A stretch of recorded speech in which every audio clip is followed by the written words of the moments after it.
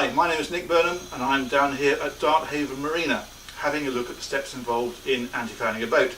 And we're starting off with the chandlery here. They've got a very well equipped chandlery with most of the kit that you will need in order to carry out the process. Now the boat that we are doing today has never been antifouled, but this video is equally relevant to a boat that you're doing from scratch as we are, or a boat that's been antifouled many times before. And the most obvious bit of kit that we're going to need today, of course, is the antifoul paint itself. But as well as that, we've also got some interstrip here. This you would use if the boat has been antifouled many times in the past and you want to take some of that off. That basically softens the antifoul to make it much easier to scrape off.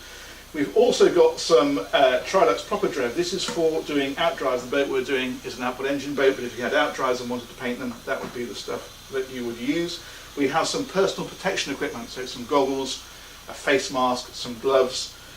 We have some primer. Again, that's for if you're antifouling from scratch. If you're doing a boat that's already been antifouled, you won't need that. We have some sandpaper. We have some masking tape, very important. Some rollers, a paint tray, and the paint roller itself. So we're going to take you outside, put all this together, and show you how you antifoul a boat. The first job is to work out where the waterline would actually be, and the way to do that is to put the boat in the water and then mark it with a Chinograph pencil as to where the waterline is. Alternatively, if the boat's been in the water for a little while, there may well be marks on the hull where you can see where the water has been. So mark where the Chinograph actually goes on the waterline, and then you want to think about working about an inch or two above that so that you're allowing for the boat to be loaded, fueled and everything else. So normally work out where the waterline is, add a couple of inches, mark it, and that would be the point that you're antifouling to. Obviously you need to do that right around the boat. So once you've got your marks all the way around the hull, the next thing to do is actually draw a line along between the marks to give you an idea of where you're actually masking to.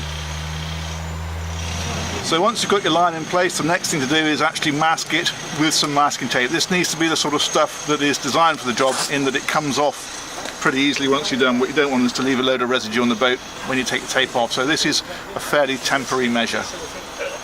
Now this is the first time that the boat's been antifouled, and particularly if the boat is brand new, you need to use some degreaser. And what this does is take any releasing agent or any other materials off the hull to give you a completely bare surface to prime and start working with.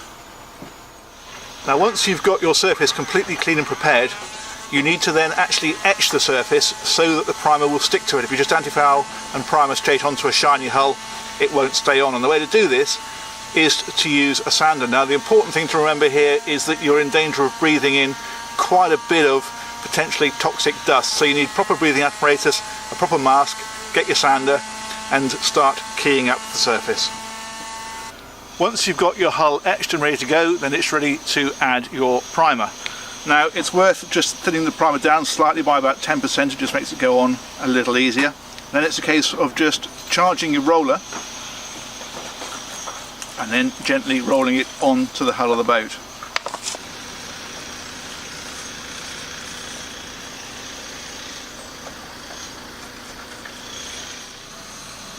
So the primer has to be left to go completely dry, and we're at the stage now where you would be if you're antifouling a boat that had been previously antifouled.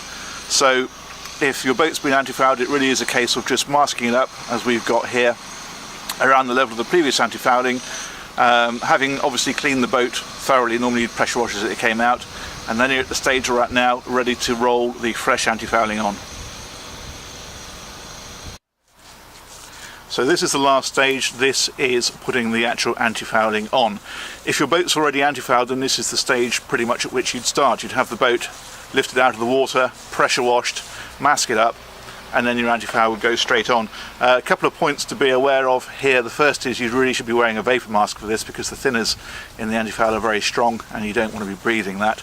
The other element to mention is the shores. Obviously you mustn't move the shores that are propping the boat up. What you need to do there is, when you finish the boat and it's all dried, ask the boatyard to then move the shores for you and repeat the process of priming if it's needed, and then antifouling where the shores were. The blocks that the boat's actually sat on, normally you would touch those in as the boat gets lifted prior to being launched. Now before we finish, there is just one final area to consider. The boat that we anti-fouled is fitted with an outboard, so that tilts clear of the water, but of course a lot of boats have drive systems that stay in the water. Predominantly you're talking about shaft drive, IPS or out drives. Now shafts are stainless steel and bronze and they tend to get left alone, but out drives and IPS, they're well worth painting, but you don't use your normal anti-fouling paint for these. These use an aerosol paint. It's a different type of paint and it's very important that you use the right one for the process. Now again, the system is much the same. If these have not been painted, they need to be keyed up first and then primed and then painted. But there are a couple of things to consider. First of all, you need to mask off the area around. Because you're using an aerosol, you don't want to get paint everywhere. You also want to mask off any decals that you don't want painting. And finally, you need to think about your anodes. They don't want to be painted over. So if you're fitting new anodes to the boat, then anti-foul first, then fit the anodes. Otherwise, mask those up.